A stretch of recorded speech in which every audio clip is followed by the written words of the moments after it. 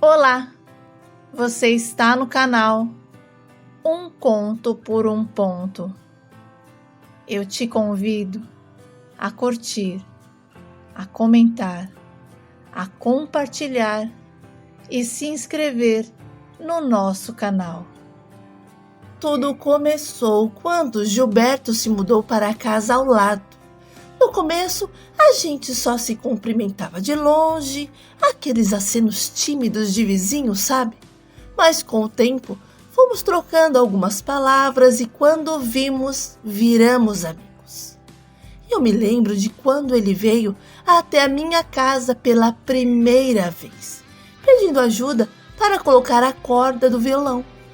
Ele estava aprendendo e eu já sabia, e foi naquele dia, enquanto eu ajustava as cordas do violão, que eu senti algo diferente. E eu entendi que não era só uma simples amizade.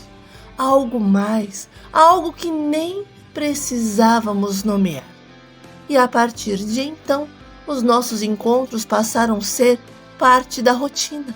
E toda tarde a gente se encontrava, sentava na calçada ou no quintal, tocava violão, conversava sobre tudo e sobre nada ao mesmo tempo. E às vezes ficávamos em silêncio, mas era aquele silêncio confortável que diz muito sem precisar de palavras. E foi ficando tão sério que o coração acelerava só de ouvir a voz dele, de ver o seu sorriso largo, e aí o que era amizade se transformou. Não foi planejado, não foi apressado. Simplesmente aconteceu. Era aquele tipo de paixão que consome você, sabe? Que você faz o mundo ao redor desaparecer. E a gente passava horas juntos e mesmo assim nunca parecia o suficiente. E com o passar do tempo as coisas começaram a mudar para melhor. O Gilberto, que antes tinha todo o tempo do mundo para mim, logo arranjou um emprego em uma fábrica de brinquedos. E no segundo mês de trabalho, ele comprou uma aliança de compromisso para nós. E começou a trabalhar durante o dia e a estudar à noite. Porque o Gil tinha o sonho de melhorar de vida, de ter um bom carro, uma boa casa. O meu namorado precisava trabalhar para ajudar em casa, diferente de mim, que tinha uma situação financeira boa. O meu pai insistia que eu me dedicasse apenas aos estudos. Para ele, trabalhar não era uma prioridade naquele momento. Ele queria que eu aproveitasse ao máximo a oportunidade em me concentrar apenas na educação. E a partir daí, os nossos encontros foram reduzidos aos finais de semana. A rotina pesada de trabalho e estudo deixava o Gil exausto. E eu percebia como ele estava sempre cansado. No começo, eu tentava entender e ser paciente. A gente fazia o que podia para aproveitar os dias juntos. Mas a verdade é que não era mais a mesma coisa. As conversas já não fluíam como antes e eu sentia que aos poucos a distância emocional estava crescendo. E nas sextas-feiras eu ficava até ansiosa contando os minutos para ele chegar logo em casa. E quando Gil finalmente chegava, o cansaço era visível. Mesmo assim, ele tentava me levar para passear no parque ou no circo, mas eu sabia o quanto ele tinha trabalhado durante a semana e achava justo ficar em casa. Além disso, estar ao lado de quem eu realmente amava já fazia tudo valer a pena. E para ficar um clima bom, eu costumava até alugar alguns filmes na locadora. E essa era a nossa diversão no final de semana, sem preocupações e sem culpas. Um dia, o Gilberto chegou em casa contando que o pai dele havia recebido uma casa de herança de um tio distante. E que, como ele era funileiro, ele poderia montar o seu negócio em qualquer lugar. E por isso ele decidiu que eles iriam se mudar para lá. e ao ouvir a notícia eu fiquei em choque. Por um lado, parecia ser uma ótima oportunidade para eles. A casa era uma bênção e o dinheiro que eles iriam economizar com o aluguel poderia ser usado para outras coisas, como investimentos no negócio e até mesmo melhorar a qualidade de vida deles. Olha, eu sei que era uma chance que muitas pessoas adorariam ter. Eu até vibrei com a notícia, mas, por outro lado, eu não consegui ignorar a sensação de que aquilo poderia significar o fim do nosso namoro. A ideia de que ele iria se mudar, talvez para longe, me deixou angustiada. Eu tentei esconder a minha preocupação, mas era impossível não sentir que algo estava sendo tirado de mim. E as promessas de que nada nos separaria, que continuaríamos nos vendo, começaram a parecer vagas e distantes. O Gilberto saiu do emprego e ajudou o pai a preparar a mudança na funilaria. O seu Zebrinha entregou rapidamente os carros que ainda estavam pendentes. E enquanto isso, eu terminei várias vezes com o Gil, porque eu não sabia lidar com um namoro à distância, por cartas e encontros esporádicos. Na minha cabeça, o melhor seria cada um seguir a sua vida. Mas ele implorava, pedia para eu não ser boba, dizendo que nada mudaria o que sentíamos um pelo outro. E ele prometia que assim que completasse a maioridade, voltaria. Fez muitas promessas e muitas juras. Inclusive, antes de se mudar, ele se sentou na sala com os meus pais e garantiu que não estava terminando o nosso namoro. Disse que continuaríamos juntos e que iria me ver assim que pudesse. Olha, o meu pai até achou a atitude dele bacana, mas como eu acreditava que namoro à distância não funcionava, pediu pra gente pensar bem.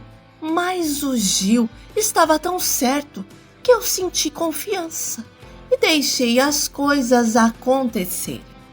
E com a mudança para a nova casa, o nosso contato passou a se restringir a cartas e a ligações telefônicas.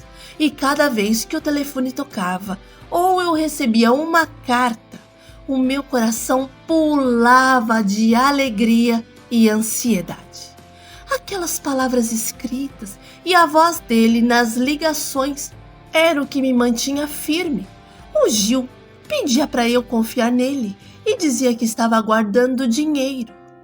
E sabe, com o tempo muitas datas especiais passaram e eu acabei me acostumando a comemorar sozinha, ou melhor, com os meus pais e amigos. E o papai, vendo a minha situação, sempre me aconselhava a terminar o namoro e a conhecer alguém mais próximo. Mas eu não podia. O Gil estava trabalhando e juntando dinheiro para que pudéssemos ficar juntos. Ele vivia falando aquilo para mim. E pelo telefone, terminar o namoro seria como jogar fora todo o esforço que ele estava fazendo. E outra, apesar de estarmos longe fisicamente, a nossa conexão era muito forte em todos os sentidos.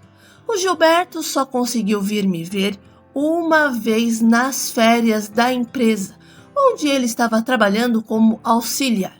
E ele ficou em casa, passou uns 15 dias comigo e depois ficou tudo em cartas e ligações.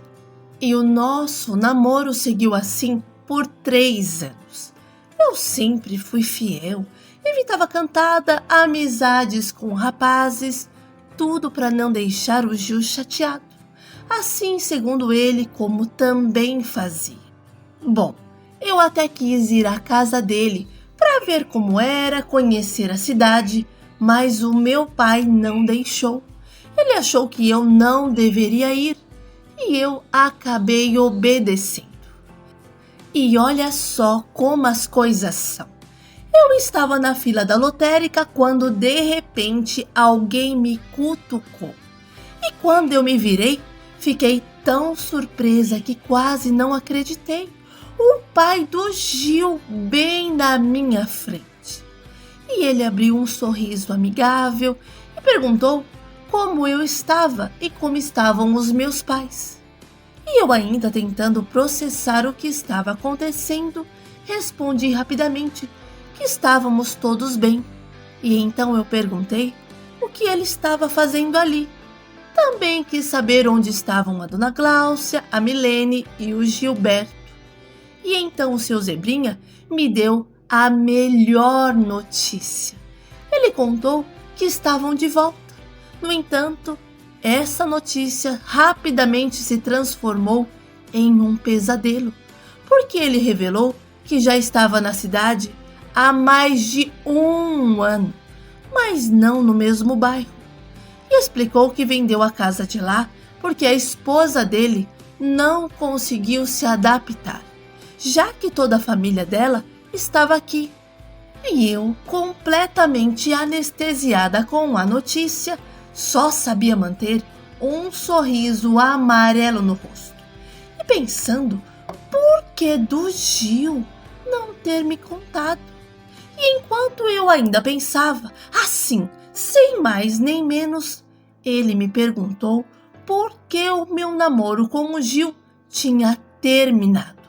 E comentou que só soube do fim, mais detalhe mesmo, o Gil nunca contou. E tentando ser simpático, ele ainda finalizou que gostava mais de mim do que da namorada atual do Gil. Aquilo foi como arrancar o chão de mim. As palavras do pai do Gilberto ecoaram na minha mente. E eu estava tão atordoada que comecei a sentir um mal-estar. E o pai do Gilberto, percebendo o quanto eu não estava legal, se ofereceu para me levar para casa. E durante o caminho, eu tentei juntar as palavras para explicar o que estava acontecendo. E quando eu consegui, eu disse que a gente nunca terminou e que nós nos falávamos todos os dias, e contei todos os nossos planos. O pai do Gilberto ficou completamente revoltado ao ouvir aquilo. O seu rosto até mudou de cor, até a mão dele começou a tremer de raiva. O seu Zebrinha tentava entender aquela loucura e me pedia para eu repetir que eu e o Gil ainda estávamos juntos. Olha, o seu Zebrinha olhou nos meus olhos e, sem procurar por palavras, soltou que o Gil não estava na cidade porque a namorada dele estava grávida. O pai do Gilberto confessou com vergonha que ele não queria deixar a moça sozinha, então decidiu ficar, mesmo sabendo que aquilo significava continuar, pelo visto, me enganando. E eu desabei. Sabe, eu desabei. E o seu Zebrinha me deixou no portão e falou que depois iria voltar com a Dona Gláucia para conversar com os meus pais. E quando finalmente eu contei para os meus pais o que havia acontecido, a reação deles foi de raiva e indignação. O meu pai, com o seu jeito direto e firme, pediu para eu segurar o choro e me lembrou do que ele sempre havia dito, que namoro à distância dificilmente dava certo. E ele me disse que não valia a pena ficar pelos cantos da casa chorando por alguém que não merecia o meu sofrimento. Embora as suas palavras fossem duras, havia um fundo de verdade nelas. A dor que eu estava sentindo precisava ser reconhecida, mas também precisava ser superada. O meu pai queria que eu visse além da tristeza e começasse a focar, no que era melhor para mim. E naquela mesma noite, os pais do Gilberto apareceram na minha casa. Eles estavam visivelmente envergonhados e se desculpando o tempo todo. Embora as desculpas não pudessem mudar o passado, eles marcaram um passo importante no processo de aceitar o que havia acontecido e encontrar forças para seguir em frente. O Gilberto nunca mais me ligou e eu também não liguei para ele. Segui minha vida, terminei a faculdade, me formei em letras e conheci o Messias, o diretor da escola onde eu comecei a lecionar. E com o tempo nos apaixonamos. Nos casamos e 2 anos e meio depois tivemos uma filha, a Lauane. Anos depois, encontrei o Gil. Ele veio falar comigo, mas não havia muito o que conversar. E antes de ir embora, ele me pediu perdão e eu o perdoei. E depois disso, nunca mais nos vimos.